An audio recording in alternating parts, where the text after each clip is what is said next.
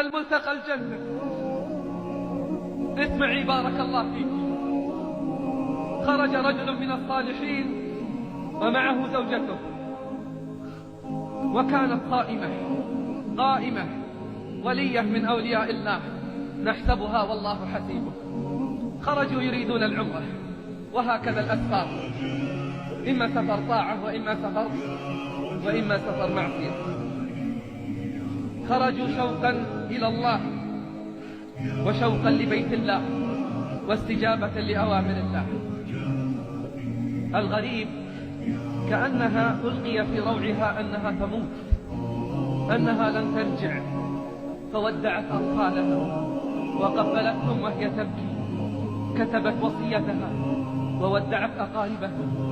وصلوا إلى مكة، طافوا، سعوا، قصروا، دعوا هناك وتضرعوا وسألوا الله خير الدنيا وخير الآخرة. في طريق العودة كانت على موعد مع ملك الموت، كانت على موعد مع النهاية. انفجر إطار السيارة وخرجت السيارة عن مسارها وانقلبت بهم مرات ومرات.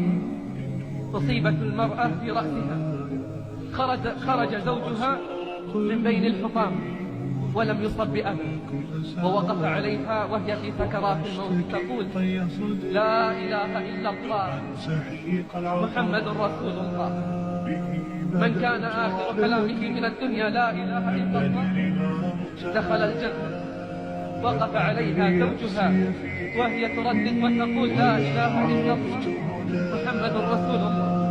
فلما رأته قالت له بعد أن تبسمت في وجهه: عفى الله عنك، بلغ أهلي السلام وقل لهم الملتقى الجنة. بلغ أهلي السلام وقل لهم الملتقى الجنة. ثم فاضت رحمه الله. الكل سيموت، لكن على أي حال قدر الله ماضي على الصغير والكبير.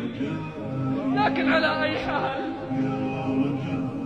الأعمال بالخواتيم، والمرء يختم له على ما عاش عليه.